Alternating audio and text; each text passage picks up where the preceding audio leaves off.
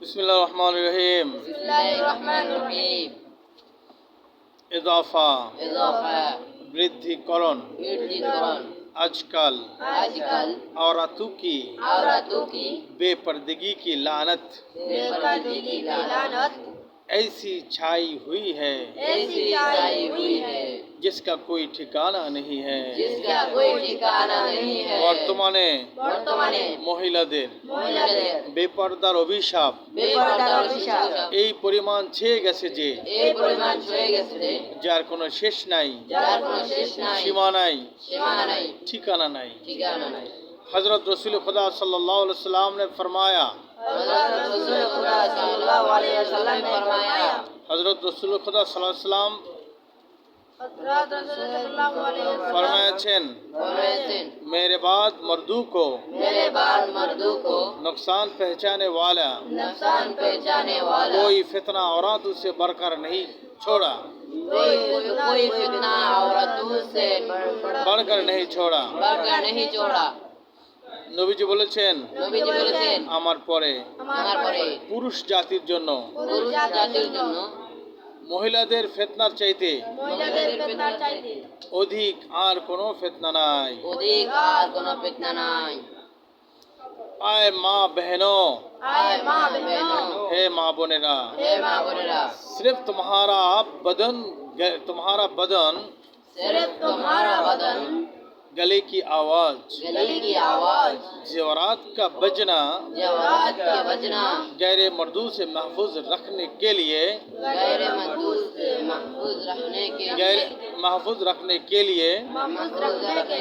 नहीं कहा गया। হে মা বোনেরা, শুধু তোমাদের দেহের সুগন্ধি,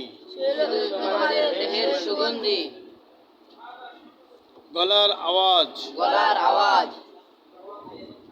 অলঙ্কারাদির বাজনা ভিন্ন পুরুষদের কাছ থেকে শুধু মাহফুজ রাখতে বলা হয় নাই, বরং तुम्हारे बदन की खुशबू तक नामहरम तक ना पहुंचाना तुम पर जरूरी है। तुम्हारे बदन की खुशबू तक, तुम्हारे देहेर सुगंधी पर्यंत, नामहरम तक भिन्न पुरुषদের কাছে ना पहुंचाना तुम पर जरूरी है। যেন না পৌঁছে এটা তোমাদের জন্য জরুরি। একজন নারী তার দেহকে ভিন্ন পুরুষ থেকে আবৃত করে রাখবে, গলার আওয়াজকে আবৃত করে রাখবে এবং অলঙ্কারের বাজনা এগুলো আবৃত করে রাখবে। নারীদের জন্য এতটুকুই জরুরি না, বরং নারীরা তো রাস্তাঘাটে সুগন্ধি ব্যবহার করবেই না, নারীদের দেহের যে গন্ধ থাকে সেই গন্ধ যেন একটা ভিন্ন পুরুষের কাছে না যায়। এটা কি বলেছেন? নবী করিম সাল্লাল্লাহু আলাইহি ওয়াসাল্লাম বলেছেন নাকি? আচ্ছা দেখো, হাদিস মে হ্যায়, হাদিসের মধ্যে আছে कि जो औरत खुशबू लगाकर गैर मर्दू के पास से गुजरती है,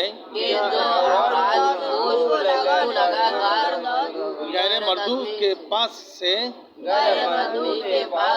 गुजरती है, जे नारी सुगंधी लगाइया, खुशबू लगाइया ভিন্ন পুরুষদের কাছ থেকে गुजरती है, অতিক্রম করে, ও জনাকার হ্যায়, সে একজন জনাকার নারী। তাহলে যে নারী সুগন্ধি লাগাইয়া কোন পুরুষের পাশ দিয়ে হেঁটে যায় সে একজন জনাকার নারী। কে বলেছেন? নবীজি বলেছেন।